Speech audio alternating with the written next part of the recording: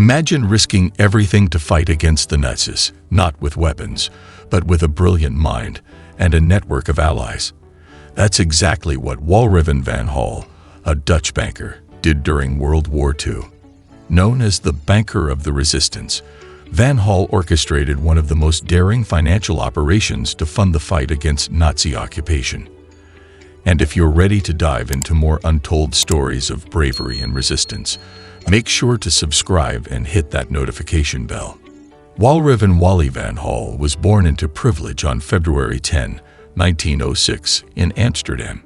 As one of 10 children in a wealthy family, his childhood was filled with opportunities.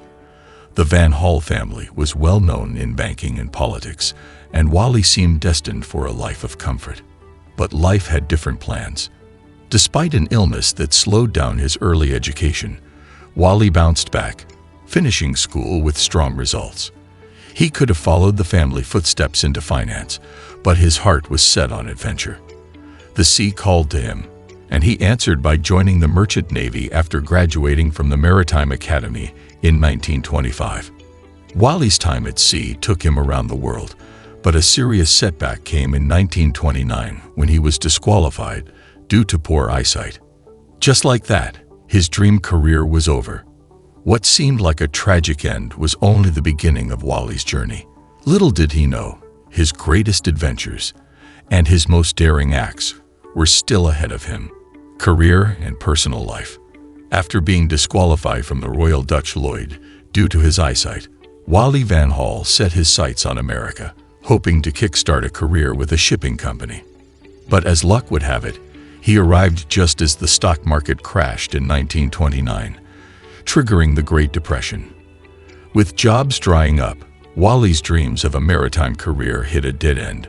Fortunately, his brother Gids, who was working on Wall Street, helped Wally land a job at a bank. Although he enjoyed the lively social scene of New York and made many friends, Wally wasn't satisfied with his work. It was far beneath his abilities, and the economic downturn left him with limited options for a better position. In 1931, Wally returned to the Netherlands, intending to extend his visa, but life took another turn. His father, who was a director at the Amsterdam bank H. Oyens & Sons, offered him a position as a co-director at a branch office in Zuffen. Wally accepted, diving into his new role with enthusiasm. He quickly became a well-known figure in the community, holding board positions in several organizations and even helping to establish the local air protection service. Known for his charisma, Wally was often the life of the party. In 1930, he met Anna Mathilde Tilly den Tex, who, like him, came from a wealthy patrician family. The two married on March 1, 1932, and had 3 children over the next several years.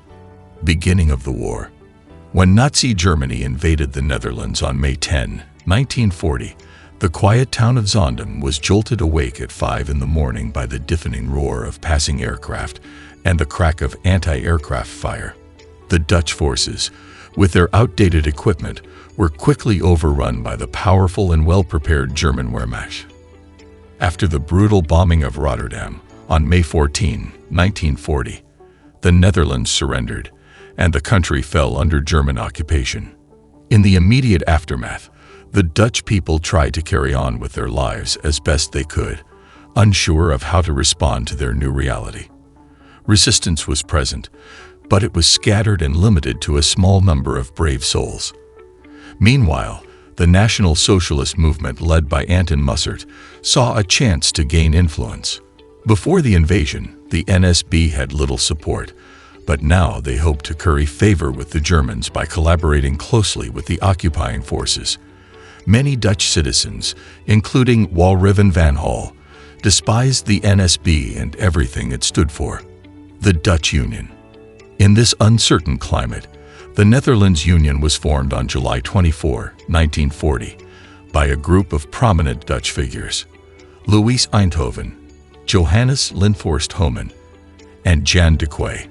The Union aimed to bridge pre-war political divides and strengthen national unity, all while accepting the German occupation as a reality they had to live with. To many, the Netherlands Union seemed like a way to oppose the NSB without directly confronting the Germans, and it quickly grew to a membership of 600,000. Walraven van Hall was among the first to sign up in Zaandam. When the Nederlandse Unie set up a local branch in Zaandam in November 1940, Walraven stepped up as the chairman, with local timber merchant Jacob Buys as secretary. The Zaandam chapter attracted hundreds of members, eventually reaching 956 at its peak. However, the Nederlandse Unie was in a precarious position. While it officially accepted the German occupation, many members disagreed with this stance. The leadership found itself constantly balancing between cooperating with the occupiers and pursuing an independent path, which led to internal conflicts, especially over issues like the membership of Jews and mandatory participation in German organized charity collections. By December 14, 1941, the Germans had lost patience with the Union's ambiguous stance and banned the organization. It was then that Walraven van Hall and his colleague Buys decided to take a more active role in resisting the Germans. A silent battle against occupation. During World War II, after the German invasion of the Netherlands, the Dutch government in exile supported 18,000 sailors who chose not to return to the occupied Netherlands. In April 1941, the Germans ordered Dutch shipping companies to stop paying wages to sailors' families. In response, the Dutch government guaranteed loans to support these families, leading to the formation of the Seamenspot by Walraven van Hall and Jaap Buys. This organization provided financial aid to thousands of families of Navy and Merchant Navy personnel. To fund the Seamenspot, Van Hall devised a system involving worthless shares as coded receipts for loans, protecting the identity of lenders. With support from tax inspectors, they raised significant funds despite German efforts to invalidate large banknotes, even managing to convert these notes to smaller denominations through covered exchanges. By mid-1943, recognizing the need to support others affected by Nazi policies, the Seamenspot evolved into the National Support Fund, expanding its aid to include Jewish people and other groups in hiding.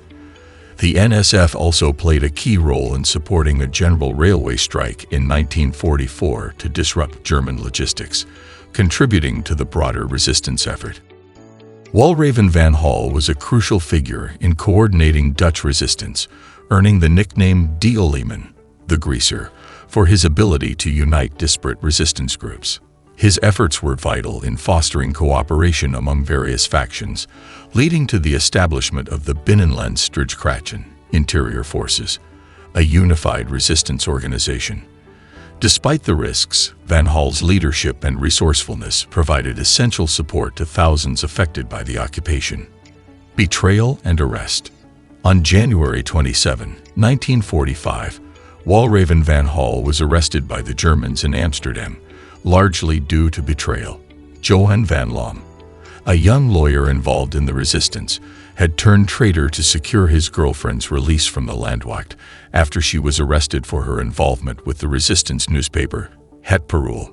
Van Loom provided the Sicherheidsdienst with information about several resistance meetings, leading to the arrest of key figures. Execution. Van Hall was imprisoned in Amsterdam's Huis van Bewering.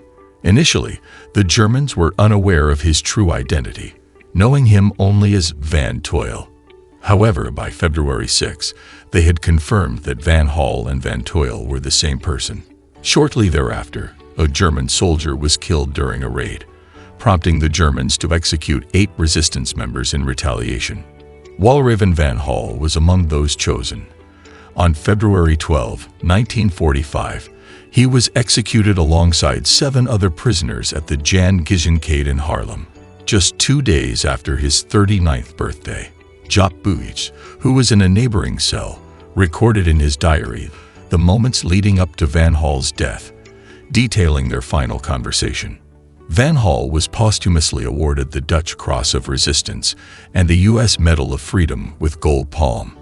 In 1978, Israel honored him as righteous among the nations for his efforts in hiding and supporting 800 to 900 Jews during the war.